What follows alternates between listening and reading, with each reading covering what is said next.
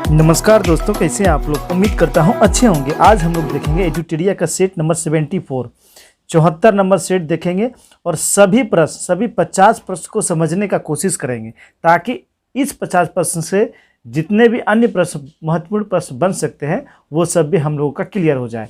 चलिए देखते हैं आज का सेट और देखते हैं पहला प्रश्न है, जब किसी अर्थव्यवस्था में कीमतों में गिरावट होती है तो यह निम्नलिखित में से किसको जन्म दे सकती है।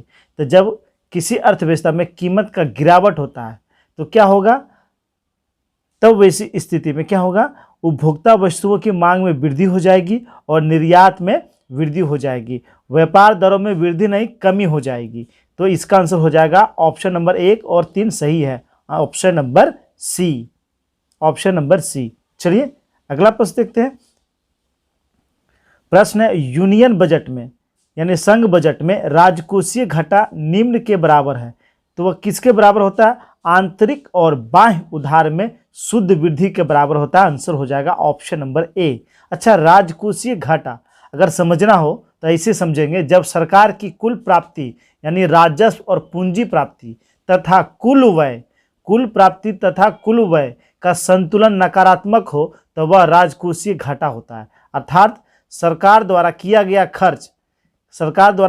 खर्च उसके आय के साधनों से अधिक हो, यानी खर्च क्या हो, यह अधिक हो आय से, तब क्या होगा, राजकोषीय घाटा होगा। चलिए देखते हैं अगला प्रश्न है, निम्नलिखित में से कौन सा पूंजी खाता नहीं है।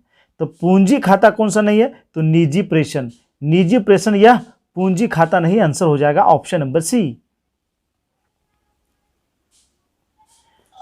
प्रश्न है, विटामिन के शरीर के किस भाग में संश्लेषित होता है। तो विटामिन के यह शरीर के किस भाग में संश्लेषित होता है, तो यह शरीर के यकृत में संश्लेषित होता है। आंसर हो जाएगा ऑप्शन नंबर बी। विटामिन की बात करें तो विटामिन का खोज किसने किया, फंक ने किया। किसने किया, फंक ने किया था। विटामिन कार्बनिक पदार्थ है जिनकी बहुत ही कम मात्रा में आवश्यकता होती है। विटामिन का संश्लेषण कोशिकाओं द्वारा नहीं होता है, इसकी पूर्ति विटामिन युक्त भोजन से ही होती है।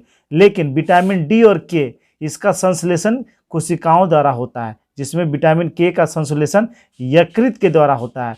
विलेयता के आधार पर विटामिन को 2 भाग में बांटते हैं, एक वसा में घुलनशील और एक जल में घुलनशील। तो विटामिन बी और सी ये दोनों किस में घुलनशील है, ये दोनों जल में घुलनशील है। बाकी ए डी ई के ये सारे वसा में घुलनशील है। चलिए देखते हैं अगला प्रश्न है, पीला एंजाइम किसे कहते हैं। तो पीला एंजाइम यह किसे कहते हैं, तो पीला एंजाइम यह कहते हैं विटामिन B2 को। किसे कहते हैं, विटामिन B2 को हम लोग पीला एंजाइम कहते हैं।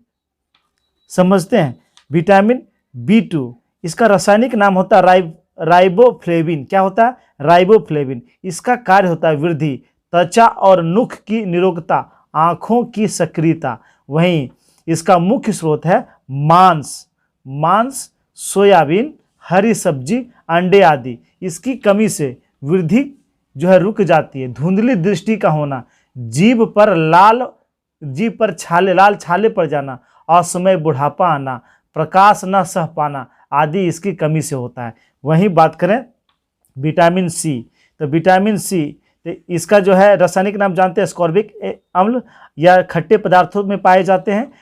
इसकी कमी से मसूड़ों फूलना, अस्थियों के चारों ओर स्राव, जरा सी चोट पर रुधिर निकलने लगना और स्कर्वी, ये सारे किसके कमी से होता है, विटामिन सी की कमी से। वहीं विटामिन डी तो इसका कैल्सीफेरॉल रासायनिक नाम है। इसकी कमी से क्या होता है, विटामिन डी की कमी से रिकेट्स नामक बीमारी होती है। कौन सी, रिकेट्स नामक बीमारी होती है। वहीं बात करें विटामिन ई, तो टोकोफेरॉल इसका रासायनिक नाम है टोकोफेरॉल। जनन शक्ति में कमी विटामिन ई की कमी से होता है। वहीं अंकुरित अनाज में विटामिन ई पाए जाते हैं। प्रश्न है, रुधिर के प्लाज्मा में निम्नलिखित में से किसके द्वारा एंटीबॉडी निर्मित होती है। तो यह निर्मित होती है लिम्फोसाइट से। आंसर हो जाएगा ऑप्शन नंबर बी, लिम्फोसाइट। शरीर में हम लोग जानते हैं WBC का कार्य है रोगों यानी संक्रमण से शरीर को बचाना। अगर कुछ ऐसी बैक्टीरिया या बीमारियां होती है जिन्हें WBC नहीं पहचान सकता, उस समय लिम्फोसाइट उसकी पहचान करता है और उससे जो है शरीर को रक्षा पहुंचाता है। तो लिम्फोसाइट का भी काम क्या है? शरीर की रक्षा करना। चलिए देखते हैं अगला प्रश्न। प्रश्न है निम्नलिखित में से कौन सा खाद्य श्रृंखला का सही क्रम है? तो सही क्रम हो जाएगा घास, उसके बाद उसे खाने वाला कीट, कीट को खाने वाले मेढक, मेढक को सर्प और सर्प को गरुड़। आंसर हो जाएगा ऑप्शन नंबर ए। इस श्रृंखला को मैप से समझ लेते हैं। तो खाद्य श्रृंखला हम लोग को देखना था, तो सबसे पहले ऑप्शन के अनुसार हम लोग चलते हैं। ऑप्शन में था घास यानी पौधे, पेड़ पौधे जो उत्पादक होते हैं। उसके बाद कीट यानी टिड्डी या टिड्डा या कीट हुआ, इसे खाने वाले होते हैं मेढक, इसे खाने वाले होते हैं मेढक। अब मेढक को खाने वाला, तो मेढक को खाने वाला इधर आ जाइए सर्प, कौन? सर्प। और सर्प को खाने वाले बाज। तो ये एक खाद्य श्रृंखला हुआ। दूसरे तरफ से ये भी खाद्य श्रृंखला हो सकती है, पौधे, पेड़ पौधे, इसे खाने वाले खरगोश, खरगोश को खाने वाले लोमड़ी और लोमड़ी को खाने वाले चील। दूसरा भी हो सकता है पेड़ पौधे, पेड़ पौधे, इसे खाने वाले चिड़िया और चिड़िया को खाने वाले बाज। तो ऑप्शन के अनुसार हम लोग को देखना होगा। तो इसका सही आंसर जो ऑप्शन में है वह घास हो जाएगा, फिर कीट हो जाएगा, फिर मेढक हो जाएगा, फिर सर्प हो जाएगा और फिर गरुड़ या बाज हो जाएगा। चलिए अगला प्रश्न देखते हैं। प्रश्न है जल में वायु का बुलबुला किसकी भांति व्यवहार करता है? तो जल में वायु का बुलबुला अवतल लेंस की भांति व्यवहार करता है। आंसर हो जाएगा ऑप्शन नंबर सी। वहीं बात करें अवतल लेंस, तो अवतल लेंस यह किनारे से क्या होता है? किनारे से यह मोटा होता है। किनारे से क्या होता है? किनारे से यह मोटा होता है और बीच में यह क्या होता है? पतला होता है। अवतल लेंस अनंत से आने वाली किरणें, अनंत से आने वाली जो किरणें होती है उसे, अनंत से आने वाली किरणें को फैलाती है। क्या करती है? यहाँ टकराने के बाद ये इसे फैला देती है। क्या करती है? फैला देती है। इसलिए इसे अपसारी लेंस कहते हैं। कौन सा लेंस कहते हैं? अपसारी लेंस कहते हैं। वहीं उत्तल लेंस की बात करें तो उत्तल लेंस यह किनारे से पतला होता है और बीच में क्या होता है? बीच में मोटा होता है। यह अनंत से आने वाली किरणें, अनंत से आने वाली किरणें को यह क्या करता है? अनंत से आने वाली किरणें को यह अभिसारित करता है। अभिसारित करता है यानी एक पॉइंट पे करता है, इसलिए इसे क्या कहते हैं? अभिसारी लेंस कहते हैं। अवतल लेंस को क्या कहते हैं? अभिसारी लेंस कहते हैं। चलिए देखते हैं अगला प्रश्न। प्रश्न है ताप के निम्नलिखित किस पैमाने में ऋणात्मक मान नहीं होता है? तो हम लोग जानते हैं ताप का केल्विन में मान ऋणात्मक नहीं होता है। आंसर हो जाएगा ऑप्शन नंबर बी। क्या हो जाएगा? ऑप्शन नंबर बी, केल्विन पैमाने। इसमें हिमांक 273 केल्विन एवं भाप बिंदु 373 केल्विन होता है। कितना होता है?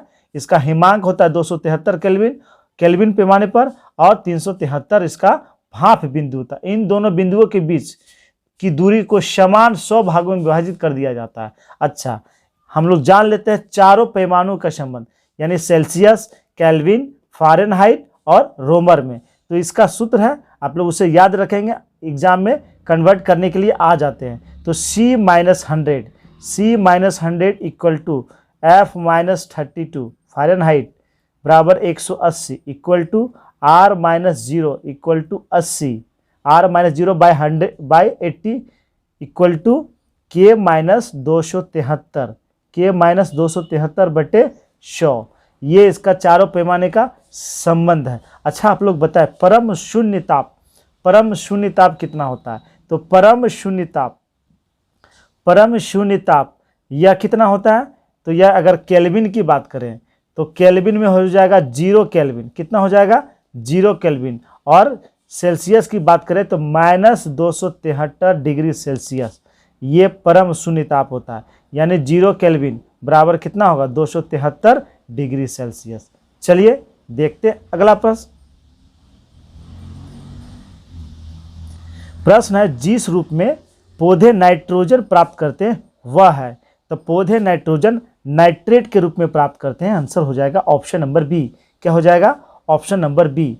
वहीं बात करें नाइट्रोजन, तो यह पौधे में बृहद पोषक तत्व में आता है, यानी पौधों को यह ज़्यादा आवश्यकता होती है नाइट्रोजन। बृहद पोषक तत्व का हम लोग ट्रिक भी याद किया है, चॉपकिंस। क्या याद किए हैं? चॉप किन्स जिसमें आई साइलेंट होता है, और CaMg carbon, hydrogen, oxygen, phosphorus, potassium, nitrogen, उसके बाद कैल्शियम और मैग्नीशियम। ये जो है बृहद पोषक तत्व, किन्स एस होगा, ये सल्फर हो जाएगा, ये सल्फर बृहद पोषक तत्व है। बाकी जो बचते हैं वह क्या है, सूक्ष्म पोषक तत्व। चलिए अगला प्रश्न देखते हैं। प्रश्न है पृष्ठ तनाव किसके कारण पैदा होता है? तो पृष्ठ तनाव यह किसके कारण पैदा होता है? तो यह पैदा होता है अणुओं के बीच सहसंजक बल के कारण। अणुओं के बीच सहसंजक बल के कारण पृष्ठ तनाव पैदा होता है। आंसर हो जाएगा ऑप्शन नंबर बी। अच्छा, पृष्ठ तनाव तो द्रव के स्वतंत्र पृष्ठ में कम से कम क्षेत्रफल प्राप्त करने की प्रवृत्ति होती है, जिसके कारण उसका पृष्ठ तनाव की स्थिति में रहती है। इसे ही पृष्ठ तनाव कहते हैं। किसी द्रव का पृष्ठ तनाव वह बल होता है जो द्रव के पृष्ठ पर खींची गई काल्पनिक रेखा की इकाई लंबाई पर रेखा के लंबवत कार्य करता है। यदि रेखा की लंबाई L हो, और उस पर F फोर्स लगाते हैं तो उसका पृष्ठ तनाव कितना होगा? T सरफेस टेंशन बराबर F/L। क्या होगा? F/L। वहीं सहसंजक बल की बात आई, तो सहसंजक बल क्या होता है? सहसंजक बल तो एक ही पदार्थ के अणुओं के मध्य लगने वाले आकर्षण बल को हम लोग कहते हैं सहसंजक बल। वहीं बात करें असंजक बल, तो असंजक बल होता है दो भिन्न पदार्थों के अणुओं के बीच लगने वाले आकर्षण बल को असंजक बल कहा जाता है। चलिए देखते हैं अगला प्रश्न। प्रश्न है निम्न में से किसका उपयोग अग्निशामक के रूप में किया जाता है? तो अग्निशामक के रूप में किसका प्रयोग किया जाता है? तो अग्निशामक के रूप में बेकिंग सोडा का प्रयोग किया जाता है। आंसर हो जाएगा option number C, baking soda. इसका केमिकल फॉर्मूला क्या होता है? तो सोडियम बाइकार्बोनेट को CaHCO3, ये होता है बेकिंग सोडा। वहीं धोवन सोडा, तो इसका सूत्र हम लोग जानते हैं, सोडियम कार्बोनेट Na2CO3। पानी को मृदुकरण करने में इसका उपयोग किया जाता है। विरंजक चूर्ण कैल्शियम ऑक्सीक्लोराइड, विरंजक चूर्ण का सूत्र होता है कैल्शियम ऑक्सीक्लोराइड। वहीं सोडियम क्लोराइड तो साधारण नमक, सोडियम क्लोराइड साधारण नमक। चलिए देखते हैं अगला प्रश्न। प्रश्न है वयस्क पुरुषों में आरबीसी की सामान्य संख्या कितनी होती है? तो एक वयस्क पुरुष में आरबीसी की संख्या होती है 5.4 मिलियन। कितना होता है? 5.4 मिलियन। वहीं WBC, तो WBC एक वयस्क शरीर मनुष्य में कितना होता है? तो WBC की संख्या होती है 4,500 से 10,000 के बीच। 4,500 से 10,000 के बीच जो है WBC की संख्या होती है। चलिए देखते हैं अगला प्रश्न। प्रश्न है निम्न में से कौन सा वायु का अकार्बनिक गैसीय प्रदूषक है? अकार्बनिक यानी उसमें कार्बन नहीं होना चाहिए। तो हम लोग फार्मूला अगर इसका जान लेते हैं तो पता चल जाएगा। फास्जिन का फार्मूला होता है COCl2। मीथेन का हम लोग जानते हैं CH4, मीथेन का CH4। हाइड्रोजन सल्फाइड, तो हाइड्रोजन सल्फाइड, तो इसका फार्मूला भी हम लोग जानते हैं H2S। और क्लोरोफ्लोरोकार्बन, तो इसमें तो कार्बन है ही, क्लोरोफ्लोरोकार्बन, तो कार्बन इसमें भी है, कार्बन फास्जिन में भी है, और कार्बन क्लोरोफ्लोरोकार्बन में भी है। हाइड्रोजन सल्फाइड में कार्बन नहीं है, तो आंसर हो जाएगा ऑप्शन नंबर बी। प्रश्न है पुष्प में नर लैंगिक अंग कौन से हैं? तो पुष्प में नर लैंगिक अंग होते हैं पुंकेसर, ऑप्शन नंबर बी। जबकि स्त्री केसर या मादा लैंगिक अंग होता, आंसर हो जाएगा ऑप्शन नंबर बी। देख लेते हैं फिगर में कि पुंकेसर और स्त्री केसर के भाग कौन कौन से हैं।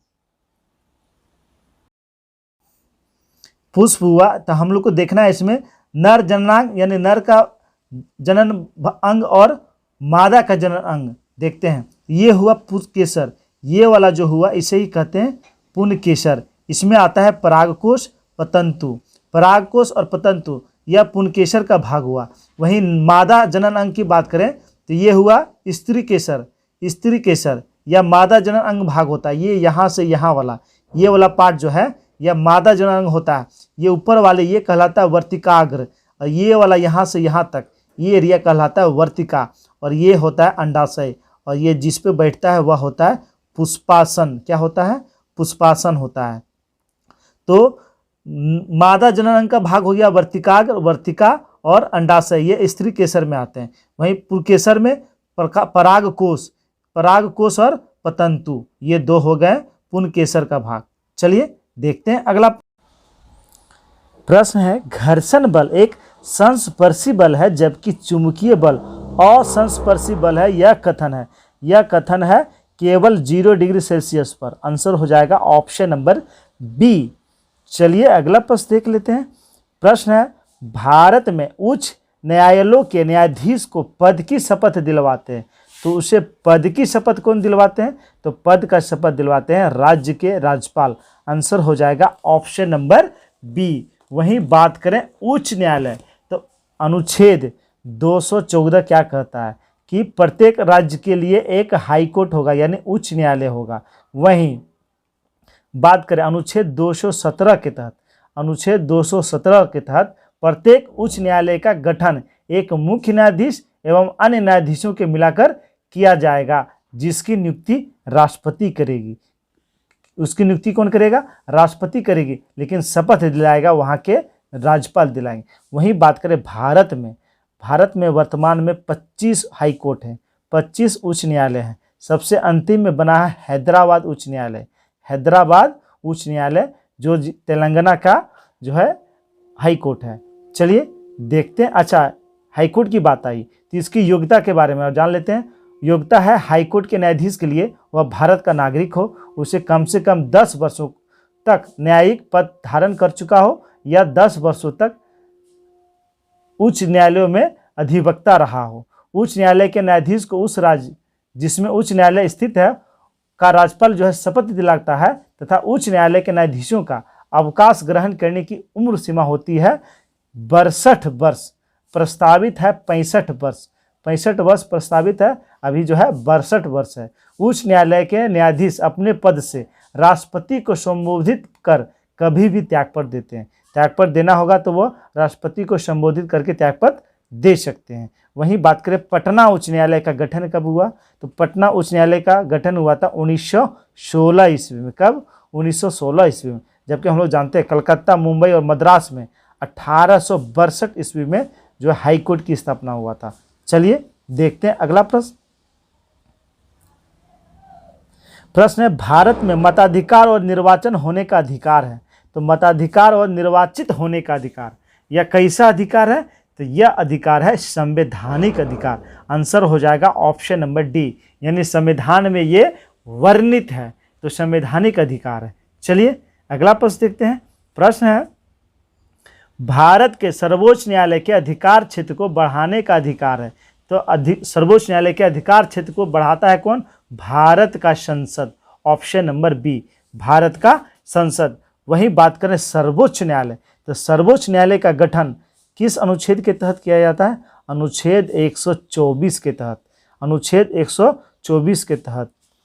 वहीं सर्वोच्च न्यायालय में एक मुख्य न्यायाधीश के अलावा 33 अन्य न्यायाधीश होते हैं, यानी 1 + 33 कुल 34 न्यायाधीश होते हैं। कितने होते हैं? 34 न्यायाधीश होते हैं। वहीं बात करें सबसे अधिक समय तक मुख्य न्यायाधीश रहने वाले थे न्यायाधीश यशवंत विष्णु चंद्रचूड़, और सबसे कम समय तक रहे थे भारत के मुख्य न्यायाधीश कमल नारायण सिंह, कमल नारायण सिंह। वहीं बात करें सर्वोच्च न्यायालय के मुख्य न्यायाधीश का वेतन, तो 2,80,000, 2,80,000 मुख्य न्यायाधीश का वेतन होता है, और अन्य न्यायाधीश का वेतन होता है 2.5 लाख। कितना होता है? 2.5 लाख होता है। सेवानिवृत्ति मुख्य न्यायाधीश एवं अन्य न्यायाधीशों के पेंशन उसके अंतिम माह का 50% निर्धारित है। चलिए देखते हैं अगला प्रश्न। प्रश्न है, निम्न में से कौन सिविल सेवा बोर्ड के पदेन अध्यक्ष होते हैं? तो सिविल सेवा बोर्ड के पदेन अध्यक्ष होते हैं कैबिनेट सचिव। आंसर हो जाएगा ऑप्शन नंबर डी, कैबिनेट सचिव। यह जो है कैबिनेट सचिव की बात करें तो यही सचिवालय के प्रशासनिक प्रमुख भी होता है, सचिवालय का प्रशासनिक प्रमुख भी होता है, प्रशासनिक प्रमुख भी होता है कैबिनेट सचिव। वहीं बात करें वर्तमान में भारत के कैबिनेट सचिव है राजीव गौबा। कौन है? राजीव गौबा भारत के वर्तमान में कैबिनेट सचिव हैं। चलिए प्रश्न है, भारत का संवैधानिक गणतंत्रात्मक है। प्रश्न है, भारत का संविधान गणतंत्रात्मक है क्योंकि यह कोई वंशानुगत तत्व नहीं है। आंसर हो जाएगा ऑप्शन नंबर डी। चलिए अगला प्रश्न है, शुंग शासकों ने अपनी राजधानी कहाँ स्थापित की थी। तो शुंग शासकों ने अपनी राजधानी कहाँ स्थापित की थी, तो यह स्थापित किया था विदिशा में। कहाँ स्थापित किया था, विदिशा में। आंसर हो जाएगा ऑप्शन नंबर ए। शुंग वंश की बात करें तो पुष्यमित्र शुंग, पुष्यमित्र शुंग शुंग वंश के संस्थापक थे। शुंग वंश के संस्थापक थे। यह ब्राह्मण जाति का था, यह ब्राह्मण जाति का था। शुंग वंश ने अपनी राजधानी विदिशा स्थापित किया था। वहीं बात करें, इंडो यूनानी शासक मिनांडर ने शुंग शासक पुष्यमित्र शुंग के खिलाफ आक्रमण किया था, जिसमें मिनांडर की हार हो गई थी। वहीं बात करें, पुष्यमित्र शुंग ने 2 अश्वमेध यज्ञ कराए थे, 2 अश्वमेध यज्ञ कराए थे। और अश्वमेध यज्ञ इसका करवाया कौन था, तो पतंजलि। किसने करवाया था, पतंजलि ने करवाया था। वहीं बात करें, भरहुत स्तूप का निर्माण किसने कराया, इसी पुष्यमित्र शुंग ने करवाया था। शुंग वंश का अंतिम शासक था देवभूति। कौन था, देवभूति अंतिम शासक था, जिसकी हत्या वासुदेव ने कर दिया और कण्व वंश की स्थापना किया था। चलिए देखते हैं अगला प्रश्न। प्रश्न है, मुगल काल में निम्न में से किस व्यवस्था के अंतर्गत खड़ी फसल के आधार पर लगान का अनुमान लगाकर वसूली की जाती थी। तो ये प्रथा कहलाता था नस्क। कौन सी प्रथा कहलाता था, नस्क प्रथा। इस प्रथा में जो है खड़ी फसल को देकर और उसका अनुमान लगा के जो है टैक्स लिया जाता था। वहीं बात करें गल्ला बक्सी, ये क्या था, इसमें फसल का कुछ भाग सरकार द्वारा लिया जाता था, कुछ भाग जो है सरकार द्वारा लिया जाता था। वहीं का बात करें जब्ती की, तो जब्ती क्या होता था, तो इसमें बोई गई फसल के आधार पर लगान का निश्चय किया जाता था, जो नगद लिया जाता था। उसमें निर्धारित कर दिया जाता था जो फसल बोया गया है उसको, उसका आधार पर, और उसका जो टैक्स लिया जाता था वह कैश में लिया जाता था। उसे कहते थे जब्ती प्रथा। चलिए देखते हैं अगला प्रश्न।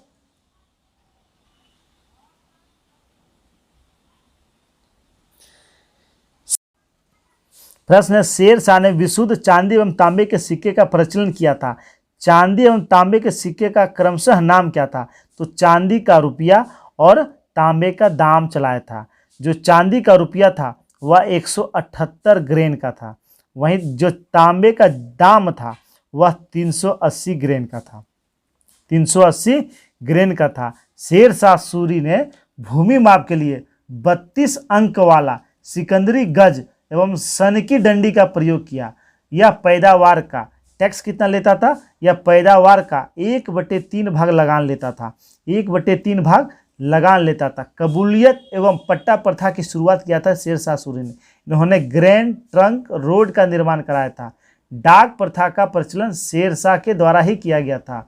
और मलिक मोहम्मद जायसी यह शेर शाह के समकालीन थे। और शेर शाह का बचपन का नाम था फरीद खान, और यह सूर वंश से संबंधित था।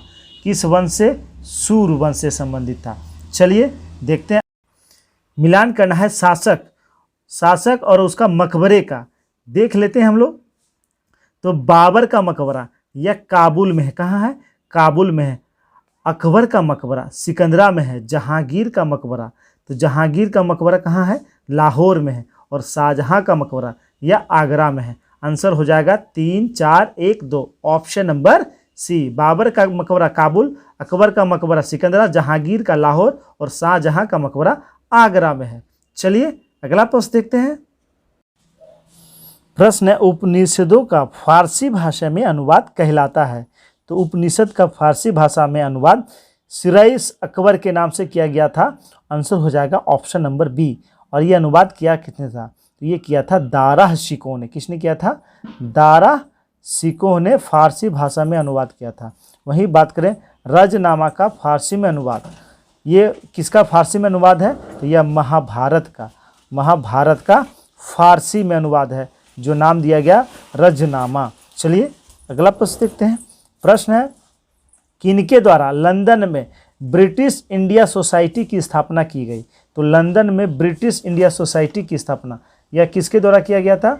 यह किया गया था विलियम एडम्स के द्वारा। आंसर हो जाएगा option number D, option number D. और इन्होंने कलकत्ता में ब्रिटिश इंडिया सोसाइटी की स्थापना किया था कब? 1839 ईस्वी में।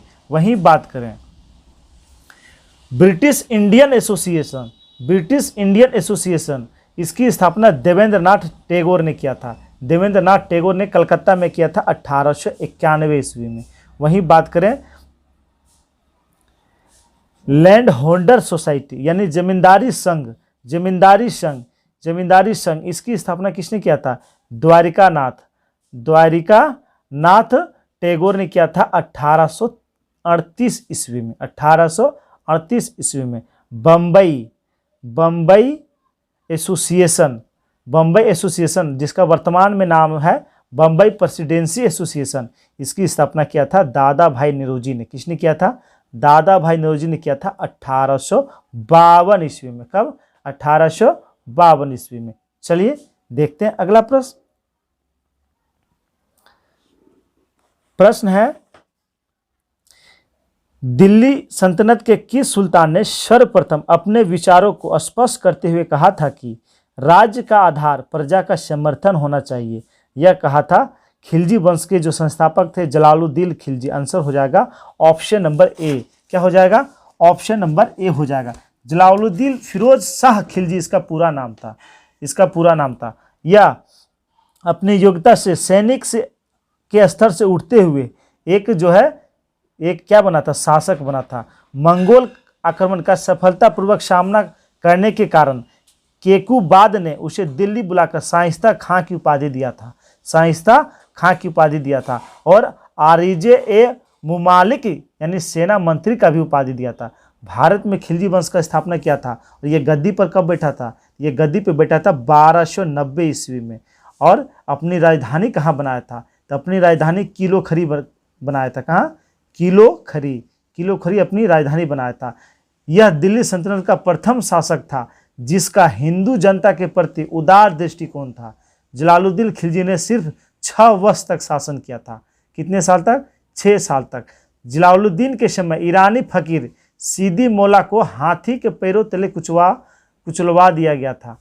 चलिए देखते हैं अगला प्रश्न। और इसकी हत्या अलाउद्दीन खिलजी ने कर दिया था, जो इसका भतीजा लगता था।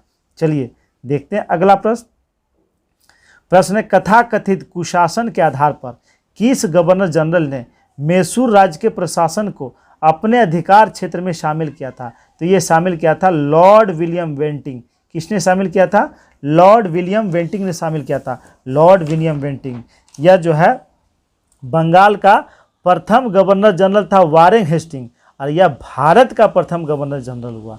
भारत का प्रथम गवर्नर जनरल हुआ किस एक्ट के तहत? तो 1813 चार्टर्ड एक्ट के तहत जो बंगाल का गवर्नर जनरल था उसे भारत का गवर्नर जनरल बना दिया गया।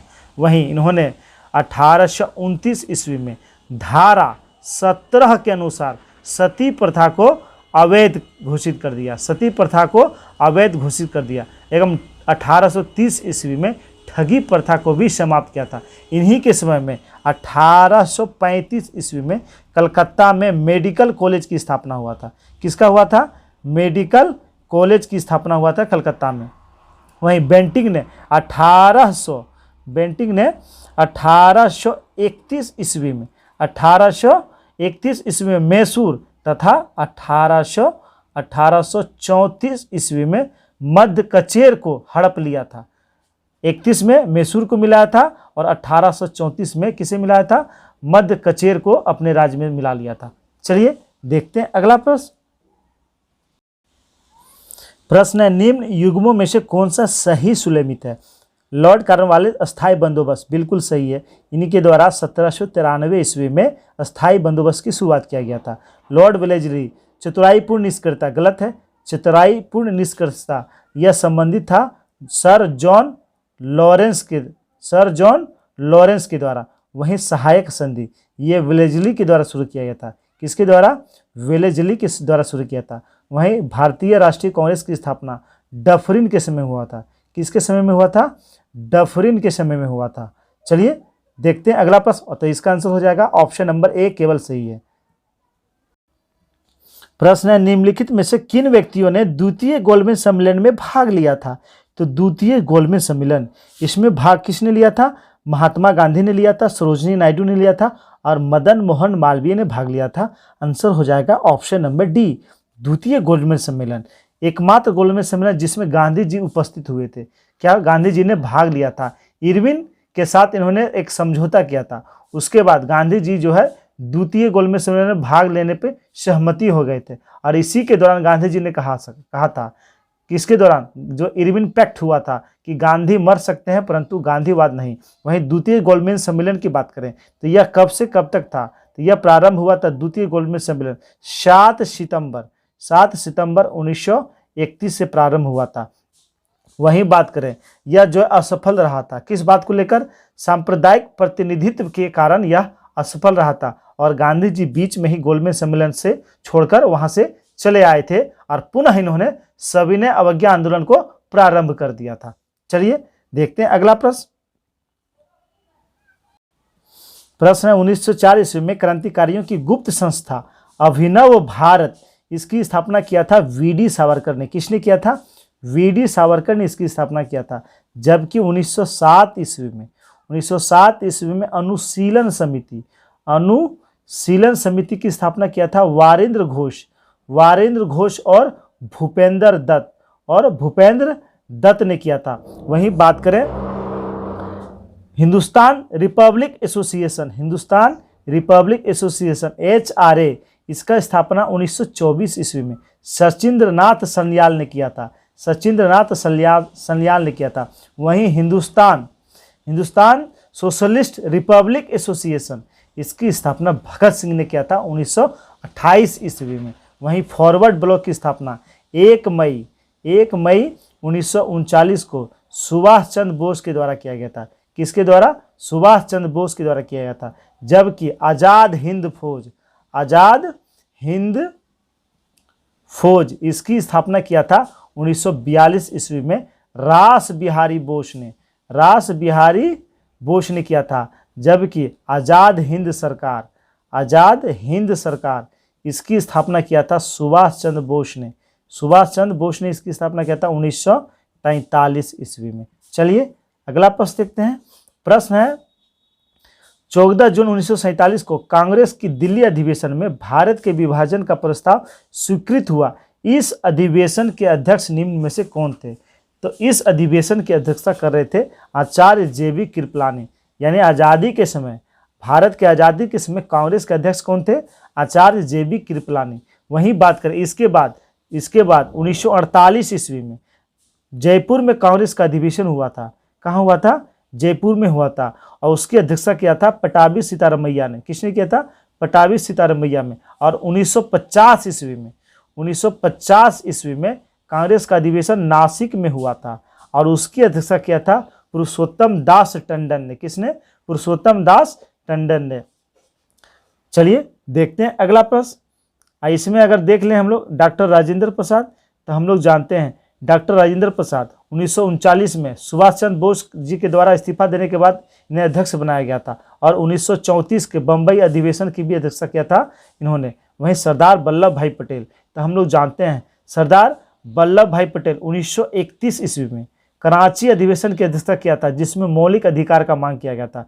वहीं जवाहरलाल नेहरू की बात करें तो लाहौर अधिवेशन 1929 ईस्वी में इन्होंने अध्यक्षता किया था और पूर्ण स्वराज की मांग किया था। वहीं इसके बाद 1937 के फैजपुर अधिवेशन की अध्यक्षता किया था। फैजपुर जो गांव में आयोजित होने वाला पहला अधिवेशन था। चलिए प्रश्न है, वर्ष 1907 में भीखाजी कामा जो भारत की आज़ादी का ध्वज फहराने वाली पहली यानी प्रथम व्यक्ति थी, ने ध्वज कहाँ फहराया था? तो इन्होंने ध्वज कहाँ फहराया था? तो इन्होंने ध्वज फहराया था स्टुटगार्ड में। आंसर हो जाएगा ऑप्शन नंबर बी। बात करें मैडम भीखाजी कामा, यह भारतीय मूल की फ्रांसीसी नागरिक थी जिन्होंने जर्मनी के यह स्टुटगार्ड कहाँ है? जर्मनी का एक शहर है। जर्मनी में 22 अगस्त 1907 को आयोजित 7वीं अंतर्राष्ट्रीय कांग्रेस में 7वीं अंतर्राष्ट्रीय कांग्रेस में तिरंगा झंडा फहराया था। इनके माता पिता फारसी थे। इनके माता पिता क्या थे?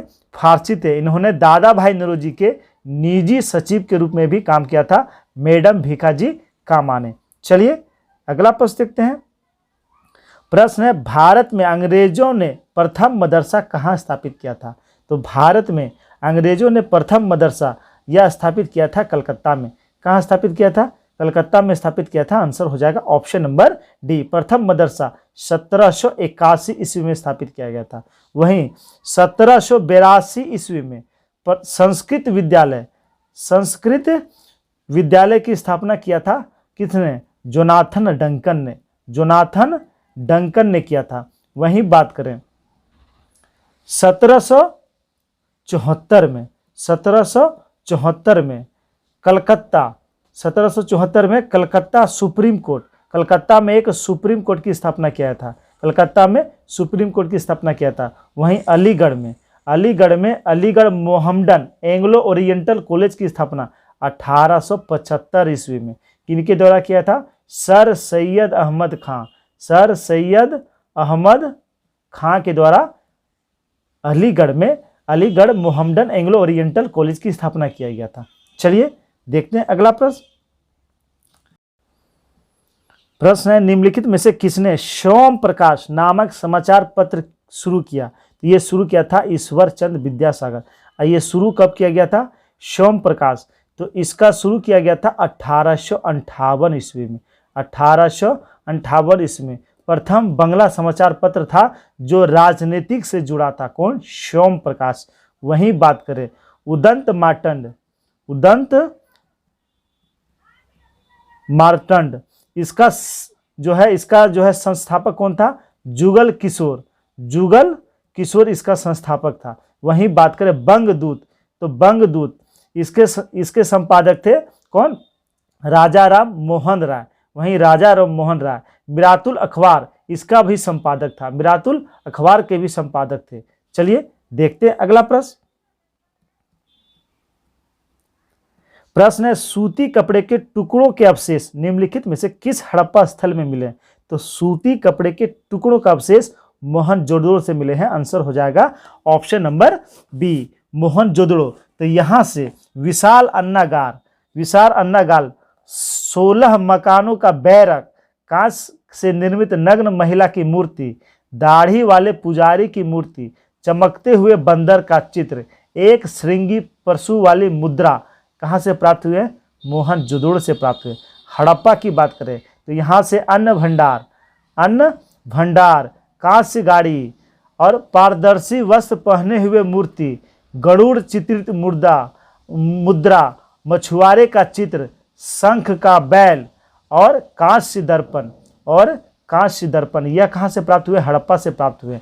वहीं सुतकुड्डा गेडोर की बात करें तो यह बलूचिस्तान पाकिस्तान में है। कहाँ? पाकिस्तान में। 3 संस्कृतियां के साक्ष्य, प्राकृतिक चट्टान पर अवस्थित मानव अस्थि, राख से भरा बर्तन और बेबीलोन से व्यापार का साक्ष्य मिला है और यह बंदरगाह भी था। वहीं राखी गढ़ी की बात करें तो यह हरियाणा के हिसार जिले में है। यहाँ से ताम्र उपकरण प्राप्त हुए। हड़प्पा लिपि युक्त मुद्रा प्राप्त हुई है। चलिए प्रश्न है, निम्नलिखित में कौन भारत आए विदेशी आक्रमणकारियों का सही क्रम है? तो सबसे पहले आए हिंद यमन यानी हिंद यूनानी, उसके बाद शक, उसके बाद हिंद पार्सियन यानी पल्लव और तब कुषाण। आंसर हो जाएगा ऑप्शन नंबर सी, हिंद यमन की बात करें तो। अच्छा आप लोग बताएं भारत पर सबसे पहला आक्रमण किसने किया था? तो बैक्ट्रिया के शासक थे डेमीट्रियस। किसने किया था? डेमीट्रियस ने किया था।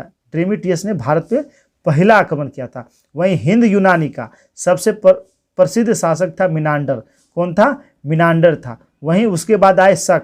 तो प्रथम शक राजा हुआ था मऊ जो है वह प्रथम शक राजा था। वहीं बात करें पार्सियन तो पश्चिमोत्तर भारत में शकों के आधिपत्य के बाद पार्सियन लोगों का आधिपत्य हुआ। इसमें प्रसिद्ध राजा इसका था गोंडोफर्नी रस। वहीं बात करें कुषाण तो कुषाण वंश का पहला शासक था यानी कुषाण वंश का संस्थापक था कुजुल कड फिशेस, और इसी का महान शासक था कनिष्क, कुषाण वंश का ही। चलिए अगला प्रश्न देखते हैं। प्रश्न है, हॉर्न ऑफ अफ्रीका कहलाने वाले विभिन्न 4 देशों में कौन सा स्थल रुद्ध देश है? तो हॉर्न ऑफ अफ्रीका का मतलब है यह जो चारों देश है इसकी आकृति जो है हॉर्न यानी सिंह के जैसा है। तो ये चारों देश में कह रहा है कि कौन जो है लैंडलॉक कंट्री है, तो इसका आंसर हो जाएगा इथोपिया। चलिए मैप में देख लेते हैं ये 4 देशों की स्थिति। हॉर्न ऑफ अफ्रीका की बात करें तो इसमें 4 देश आते हैं, कौन कौन? ये एक हुआ सोमालिया, ये यहाँ से ये वाला देश हुआ सोमालिया। उसके बाद ये हुआ जिबूती, ये छोटा वाला हुआ जिबूती। ये हुआ इरिटिया, ये हुआ इरिटिया, और ये हुआ इथोपिया, ये हुआ इथोपिया। ये 4 देश आते हैं। इसमें कहा गया है कि कौन लैंडलॉक है, तो ये इथोपिया जो सेंटर में है यह जो है लैंडलॉक कंट्री है, तो इसका आंसर हो जाएगा इथोपिया। हॉर्न ऑफ अफ्रीका में ये 4 देश आते हैं। इसकी आकृति देख रहे हैं सिंह के आकार के जैसा है, इसीलिए इसे हॉर्न ऑफ अफ्रीका कहा जाता है। चलिए अगला प्रश्न देखते हैं। प्रश्न है, रोमानिया की राजधानी कहाँ है? तो रोमानिया की राजधानी कहाँ है? तो रोमानिया की राजधानी बुखारेस्ट। कहाँ है? बुखारेस्ट। इसी में कंफ्यूजन होता है, बुडापेस्ट और बुखारेस्ट। रोमानिया की राजधानी है बुखारेस्ट। कहाँ है? बुखारेस्ट। जबकि बुडापेस्ट यह हंगरी की राजधानी है। किसकी राजधानी है? हंगरी की राजधानी कहाँ है? बुडापेस्ट है। चलिए अगला प्रश्न देखते हैं। प्रश्न है, वर्तमान में भारत के सबसे लंबे राष्ट्रीय राजमार्ग कौन है? तो सबसे लंबा राष्ट्रीय राजमार्ग है NH-44। कौन है? NH-44, जिसकी कुल लंबाई है 3745 किलोमीटर। 3745 किलोमीटर। यह कहाँ से कहाँ तक है? यह श्रीनगर से कन्याकुमारी तक है। श्रीनगर से कन्याकुमारी तक है। कौन? NH-44। उसके बाद NH-27 है। NH-27 जिसकी लंबाई है 3507 किलोमीटर। 3507 किलोमीटर, जो पोरबंदर को कहाँ से जोड़ता है? पोरबंदर को सिलचर से जोड़ता है। पोरबंदर को सिलचर से जोड़ता है। वहीं बात करें NH जो 44 है, इसमें शामिल है NH-1A, NH-1, NH-2, NH-3, NH-75, NH-26 और NH-7। ये सारे मिला के NH-47। वहीं भारत में बात करें राष्ट्रीय राजमार्ग, तो भारत में राष्ट्रीय राजमार्ग की कुल लंबाई है 1,36,440 किलोमीटर। कितना है? 1,36,440 किलोमीटर। वहीं राष्ट्रीय राजमार्ग की लंबाई में पहला 3 राज्य कौन सा है? तो सबसे अधिक लंबाई है यूपी में, उसके बाद है राजस्थान में, उसके बाद है आंध्र प्रदेश में। कहाँ? राजस्थान, उत्तर प्रदेश, राजस्थान और आंध्र प्रदेश। चलिए देखते हैं अगला प्रश्न। प्रश्न है, रेगुड़ या काली मिट्टी का सर्वाधिक विस्तार किस राज्य में है? तो रेगुड़ या काली मिट्टी का सर्वाधिक विस्तार है महाराष्ट्र में। कहाँ है? महाराष्ट्र में है। आंसर हो जाएगा ऑप्शन नंबर बी। काली मिट्टी की बात करें तो इसका जो विस्तार है सर्वाधिक महाराष्ट्र, पश्चिमी मध्य प्रदेश, गुजरात, राजस्थान, आंध्र प्रदेश, तमिलनाडु में दक्कन लावा के अपक्षय से होता है। वहीं बात करें, इसे स्थानीय रूप से रेगुड़ या काली कपास मिट्टी भी कहते हैं। अंतर्राष्ट्रीय रूप से उष्णकटिबंधीय चरनोजन कहा जाता है। ये मिट्टियां लौह तत्व कैल्शियम, पोटास, एल्युमिनियम एवं मैग्नीशियम कार्बोनेट से समृद्ध होती है। इसमें नाइट्रोजन और फास्फोरस और जैविक पदार्थों की कमी होती है। इसमें नमी धारण करने की क्षमता सबसे अधिक होती है। सबसे अधिक नमी धारण करने की क्षमता होती है, जो गीले होने पर चिपचिपा एवं सूखने पर ये इसमें दरार हो जाता है। इसमें उर्वरा शक्ति अधिक होती है।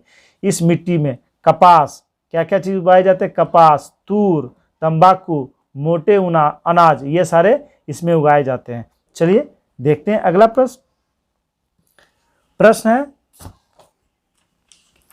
मलक्का जल संधि में आने जाने की सुविधा है, यानी मलक्का जल संधि किसको किससे जोड़ती है? तो मलक्का जल संधि यह किससे जोड़ती है? तो यह जोड़ती है दक्षिण चीन सागर को अंडमान सागर से। आंसर हो जाएगा ऑप्शन नंबर डी। क्या हो जाएगा? ऑप्शन नंबर डी हो जाएगा। कुछ प्रमुख जल संधि हम लोग जान लेते हैं। ये तो जोड़ती है अंडमान सागर से दक्षिण चीन सागर को, लेकिन यह जो है इसकी स्थिति कहाँ है? तो यह इंडोनेशिया और मलेशिया के बीच है। कहाँ है? इंडोनेशिया और मलेशिया के बीच है। चलिए आप लोग बताएं।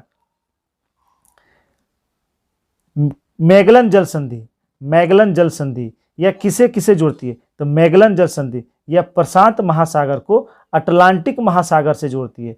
प्रशांत महासागर को अटलांटिक महासागर से मैगलन जल संधि जोड़ती है। वहीं भूमध्य सागर को, भूमध्य सागर को अटलांटिक महासागर से कौन सी जल संधि जोड़ती है? तो जिब्राल्टर जल संधि। कौन सी जल संधि? जिब्राल्टर जल संधि, जिसे भूमध्य सागर की कुंजी भी कहा जाता है। भूमध्य सागर की सीमाएं, ये जो भूमध्य सागर है इसकी सीमाएं यूरोप, एशिया और अफ्रीका तीनों महादेश से लगता है। किससे? यूरोप, एशिया और अफ्रीका तीनों महादेश से लगता है। वहीं बात करें बाब अलमंडेब, यह लाल सागर को अरब सागर से जोड़ती है। लाल सागर को अरब सागर से जोड़ती है। और सुंडा जल संधि यह जावा सागर को हिंद महासागर से जोड़ती है। चलिए अगला प्रश्न देखते हैं। प्रश्न है, निम्न में से कौन स्थलरुद्ध देश है? तो ये दक्षिण अफ्रीका के 4 देश हैं। इसमें कहा गया है कि कौन स्थलरुद्ध देश हैं? तो इसका आंसर हो जाएगा माली, ऑप्शन नंबर बी। मैप में चारों देश को देख लेते हैं तब क्लियर हो जाएगा कि कौन स्थलरुद्ध देश है। तो हम लोग को देखना है कि इसमें जो ऑप्शन में है सोमालिया, माली, अंगोला और केनिया। तो देखते हैं, यहाँ पे हुआ ये सोमालिया, ये हुआ सोमालिया। ये स्थलरुद्ध देश नहीं, ये समुद्र के किनारे है, यानी जल से घिरा हुआ है। उसके बाद है केनिया, तो इसी से सटा हुआ ये है केनिया, तो ये भी स्थलरुद्ध देश नहीं है। उसके बाद है माली, तो माली यहाँ सेंटर में है, ये हुआ माली। माली जो है सेंटर में है। और एक और ऑप्शन है अंगोला, तो अंगोला ये भी जो है लैंडलॉक कंट्री नहीं है, तो इसका आंसर हो जाएगा माली। माली जो है यह लैंडलॉक कंट्री है। वहीं माली हो गया, वहीं चाड हो गया, नाइजर हो गया, ये सारे जो है अफ्रीका के लैंडलॉक कंट्री है। चलिए अगला प्रश्न देखते हैं। प्रश्न है, भूटान के साथ भारत के किस राज्य की सीमा सबसे ज्यादा लंबी है? तो सबसे ज्यादा लंबी सीमा भूटान के साथ कौन सा राज्य बनाता है? ये बनाता है असम। कौन बनाता है? असम बनाता है। आंसर हो जाएगा ऑप्शन नंबर ए। चलिए मैप में देखते हैं भूटान के साथ भारत के कौन कौन से राज्य सीमा साझा करते हैं। भूटान, तो ये भूटान हुआ, इसकी जो सीमा है भारत के 4 राज्यों से लगता है। एक ये हुआ ऊपर में सिक्किम, और ये हुआ बांग्ला, ये हुआ पश्चिम बंगाल, ये पूरा है क्या? वेस्ट बंगाल है, तो वेस्ट बंगाल की सीमा। और ये असम की सीमा, ये यहाँ से असम की सीमा और यहाँ से अरुणाचल प्रदेश की सीमा। तो सबसे अधिक सीमा ये साझा करता है भारत के असम राज्य से। किससे करता है? भारत के असम राज्य से करता है। वहीं बात करें बांग्लादेश की, बात करें तो बांग्लादेश से, ये बांग्लादेश हुआ, ये बांग्लादेश, पश्चिम बंगाल इससे सीमा साझा करता है, असम इससे सीमा साझा करता है, मेघालय इससे सीमा साझा करता है, त्रिपुरा इससे सीमा साझा करता है और मिजोरम इससे सीमा साझा करता है। चलिए देखते हैं अगला प्रश्न। प्रश्न है, विश्व की गेहूं मंडी किस शहर को कहा जाता है? तो विश्व की गेहूं की मंडी यह कहा जाता है विनिपेग को। आंसर हो जाएगा ऑप्शन नंबर ए, विनिपेग। यह कनाडा में है, यह कनाडा का एक शहर है विनिपेग। वहीं कनाडा की बात करते हैं तो कनाडा के वनों में लकड़ी काटने वाले लोगों को क्या कहा जाता है? बहुत बार एग्जाम में आया है, लंबर जैक कहा जाता है। क्या कहा जाता है? लंबर जैक कहा जाता है। कनाडा विश्व में यूरेनियम का दूसरा सबसे बड़ा उत्पादक तथा निर्यातक में प्रथम देश है। यूरेनियम का निर्यातक में प्रथम देश है। कनाडा की सडबरी खान है, कनाडा में जो सडबरी खान है, सडबरी खान निकेल के निक्षेप में विश्व का सबसे बड़ा खान है। वहीं बात करें कनाडा, तो कनाडा की सुलिवान खान विश्व की सबसे बड़ी सीसा जिंक की खान है। विश्व की सबसे बड़ी सीसा और जिंक की खान है सुलिवान, जो कनाडा में है। अखबारी कागज के उत्पादन में कनाडा, अखबारी कागज के उत्पादन में कनाडा प्रथम स्थान है। कनाडा जो है प्रथम स्थान है। मॉन्ट्रियल कागज उत्पादन का प्रमुख शहर है। मॉन्ट्रियल जो शहर है यह जो है कागज उत्पादन का प्रमुख शहर है। चलिए देखते हैं प्रश्न, टेरा रोसा मिट्टी किसके लिए उपयुक्त होता है? तो टेरा रोसा मिट्टी यह किसके लिए उपयुक्त है? कहवा के लिए उपयुक्त है। आंसर हो जाएगा ऑप्शन नंबर बी। किसके लिए? कहवा के लिए। और इसका सर्वाधिक विस्तार किस देश में है? ब्राजील में है। किस देश में है? ब्राजील में इसका सर्वाधिक विस्तार है। चलिए देखते हैं अगला प्रश्न। प्रश्न है याकूत किस देश की प्रमुख जनजाति है? तो याकूत यह किस देश की प्रमुख जनजाति है? यह रूस की प्रमुख जनजाति है। आंसर हो जाएगा ऑप्शन नंबर सी। क्या हो जाएगा? Option number C. वहीं अमेरिका की बात करें तो अमेरिका, उत्तरी अमेरिका की प्रमुख जनजाति है रेड इंडियन। कौन है? उत्तरी अमेरिका का है रेड इंडियन। वहीं बात करें अफ्रीका, तो अफ्रीका के कालाहारी मरुस्थल, अफ्रीका महादेश के कालाहारी मरुस्थल की प्रमुख जनजाति है बुशमैन। कौन सा है? बुशमैन जनजाति, बुशमैन जनजाति। वहीं मध्य अफ्रीका की जनजाति है निग्रो, निग्रो जो है वह मध्य अफ्रीका की जनजाति है। वहीं आइनू, आइनू जो जनजाति है वह कहाँ की है? आइनू जापान की है। वहीं अमेरिका यानी मध्य अमेरिका की जनजाति है हेरा। कौन सा? हेदा जनजाति वहाँ की प्रमुख जनजाति है। वहीं बात करें कांगो बेसिन, कांगो बेसिन की प्रमुख जनजाति कौन सी है?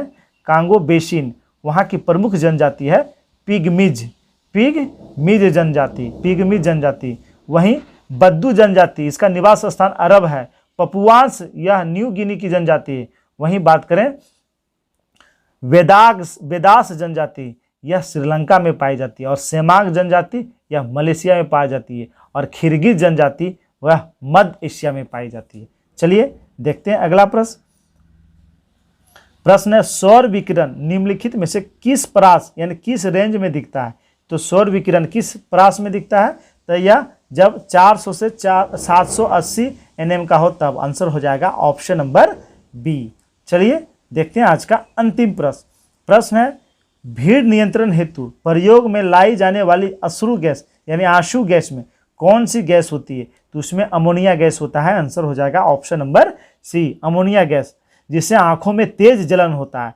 अमोनिया, इसका सूत्र होता है NH3। क्या होता है? NH3 होता है। दोस्तों ये था एडुटेरिया की तरफ से 50 महत्वपूर्ण प्रश्न, सभी एग्जाम के लिए महत्वपूर्ण है। तो पूरा वीडियो आप लोग देखिएगा। और आप हमेशा हम कहते हैं कि आप लोग लिखने का कोशिश कीजिए। जब आप लोग लिखिएगा तो रिवीजन में बहुत आसानी होगी, रिवीजन में आसानी होगी। दोस्तों अगर वीडियो अच्छा लगा हो तो लाइक कर देंगे और अपने अपने ग्रुप में आप लोग शेयर कर देंगे। धन्यवाद, धन्यवाद दोस्तों।